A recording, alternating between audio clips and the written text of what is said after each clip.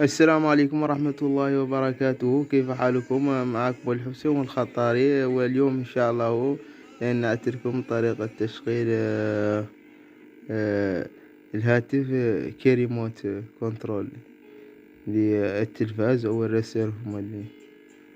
وراك لا يتخلصون معايا.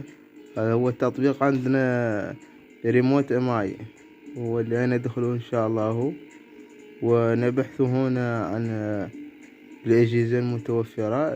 يعني ويشغل عدة أجهزة: التلفاز والسيرفات والمروحيات والمكيفات وبعض الأجهزة الأخرى.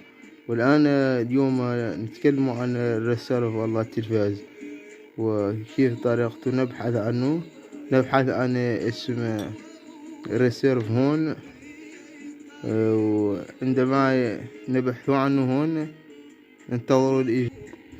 إذا عندما ندخل هنا نبحث عن اسم الريسيرف هنا، نكتب اسم الريسيرف ونبدأ بالبحث. عندما ندخل اسم الريسيرف نبدأ بالبحث عنه. إذا لا نتخطاوش الخطوة الأخرى لياك ما نطيل عليكم، لأني أنا فت قرنت الهاتف مع الجوال، وانتم مولين تطلع لكم إقران لا تقرنوهم ويبدأ يشتغل عندك الهاتف طبيعي وكأنها ريموت كنترول. وتابعوا معي. إذا هذا الريسيرف وهاي التلفاز، هذا الريسيرف وهاي التلفاز. شوفوا معايا أخوتي، شوفوا معايا. تبدأ إذا تشغل الهاتف. إذا تشغل، إذا تزيد تنقص. إذا بقيتم اللي تطلع وتقو. إذا كل شيء بسيط. إذا تقلب.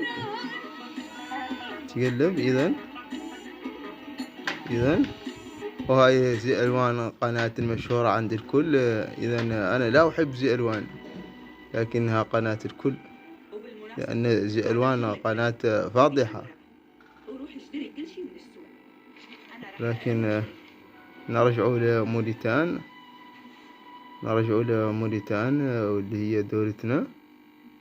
إذا هاي موريتان وهاي الوطنية، إذا اللي كنا دارين عليها نريد. إذا وهكذا.